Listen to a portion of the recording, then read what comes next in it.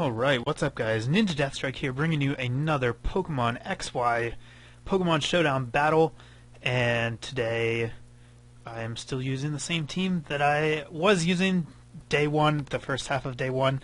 This is still basically my team, but it's changed around quite a bit, which you'll see the evolution of it in later videos. Anyhow, I'm going to be up at the top for both battles. My opponent is down here. We've seen most of these guys. Electivire is around for a reason that I'm not sure of. He's still pretty bad. And this thing I think is called Slurpoff. This is the first and only time I've ever seen it.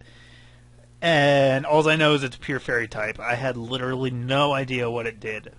So, we'll have to see how that works out for me. But I should mention that my opponent is using a rain team here. He's got a Politoed, but no guys that really benefit from it. I guess Electivire could have Thunder, and it reduces Heracross's weakness to fire.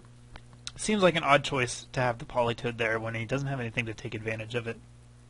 But maybe it's just a counter pick to counter against Sand. So let's see what happens. He's going to lead with Politoed, unsurprisingly. I'm going to lead with Bojangles because I'm a dick and I hate everyone that plays this game. So he goes for the Hypnosis, which is an odd choice, and then he goes for Waterfall. So we have a physical Politoed with leftovers. I think Politoed's stats are actually, like, his attacking stats are the same. I think it's like 80-80 or something like that. So I guess you could do physical if you wanted to.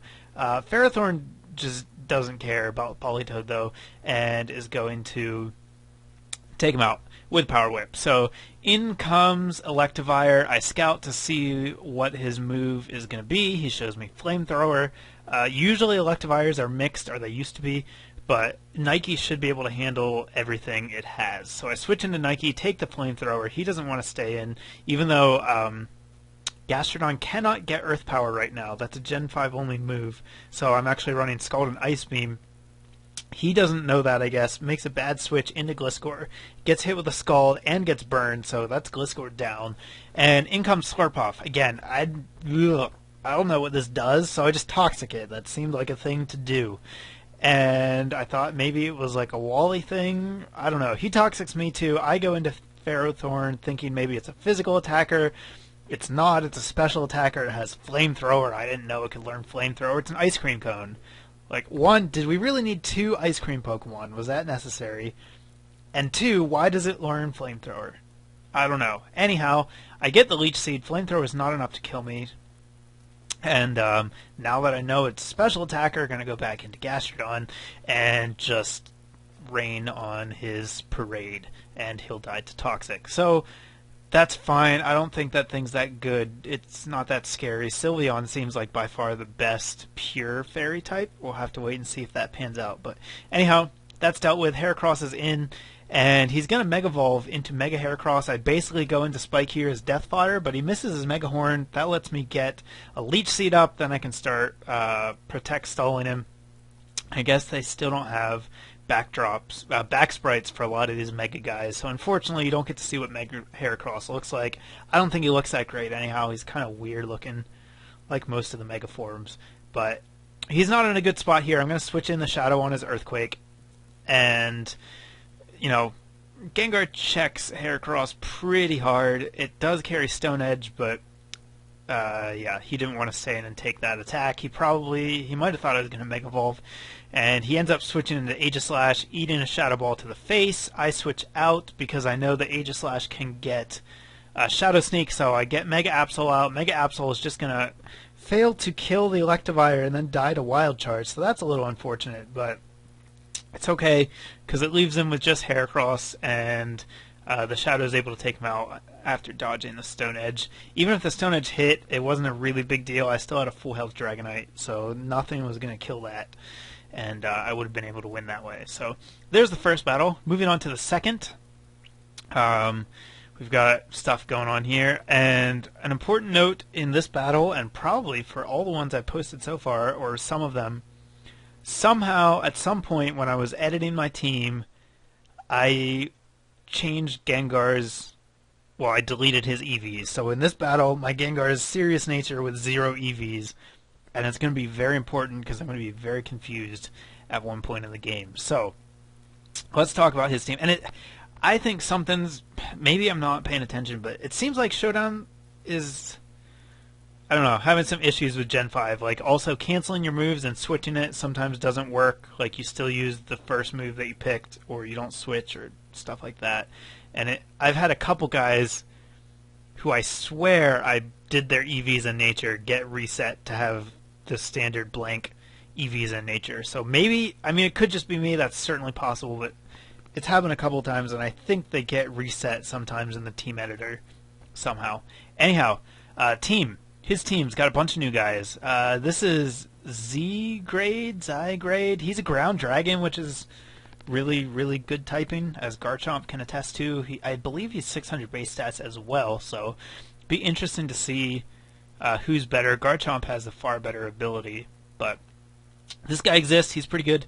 Delphox, we've seen. This is Florges. It's another pure fairy type. It's a special wall with actually decent special attack, so we'll have to see what that can do. And Galvantula. Galvantula gets a move called Sticky Web, which is a new entry hazard. It stays on the battlefield, and it lowers the speed of anything on the ground when it switches in, so it's really, really good if your team's weak to it. Luckily, my team isn't too affected by it, since I have Prankster, Priority, and my other ground guys are already slow as poop, so I'm not too worried about it. But it is something to be on the lookout for, because people are trying it out, and Galvantula is really the only good, decent guy that gets it. So let's see what's going to happen here. He's going to lead with Fortress. Obviously, he's going to want to set up his entry hazards right off the bat. That's fine. I lead with a Shadow. I figure if he wants to set up, I'll just get behind a sub. Fortress no longer resists Shadow Ball, so Shadow Ball is going to hurt a lot. And he knows that too, switches into Florges, his special wall.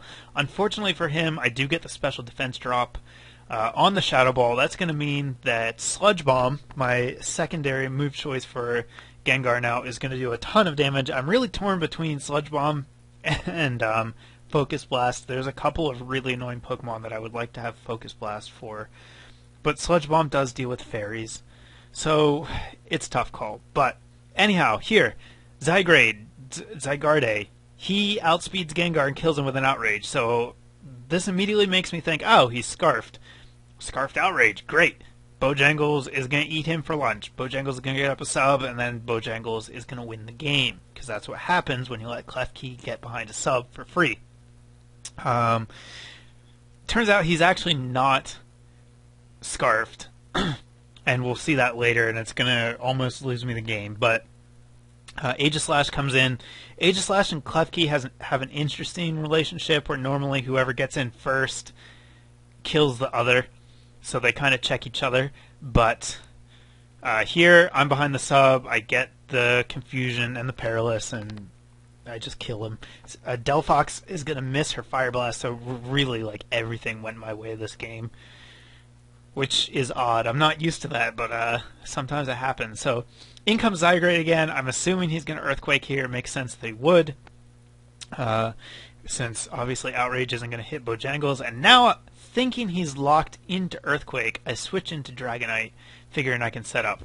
But I can't, because he's not locked into Earthquake, because my Gengar doesn't have any EVs, and that's why he's faster. So he takes me out with an Outrage, lose my Dragonite for nothing, but he's locked into Outrage, and I have a Fairy, so that means free turns to set up. This is why I think Dragon Claw might replace Outrage in a lot of sets, because Outrage seems really bad with fairies around. And you see again, Bojangles gets behind a sub. He's not going to be able to do much. He does bring in Galvantula. I know it's going to want to Volt Switch, so I'm actually going to switch, even though I'm behind the sub, switch into Nike, block his attack. I know that Galvantula can learn Grass Knot, but I'm not sure if most of the sets are running it or not. I figured even if it does, it's not going to kill Nike, so I'm fine to stay in an attack. Don't quite take him out with the Scald, but he does die to his own Life Orb damage. I know that's going to happen, so I'm able to recover, get back up to full health for free. Floor just comes in, it's a wall, I'm just going to Toxic it, and then he's going to forfeit, because he only had his defensive core left. And that's going to be the match. So hopefully you guys liked it. Give me a thumbs up if you did. check out the links in the description, and as always, I'll have more coming to us shortly. Thanks for watching, guys.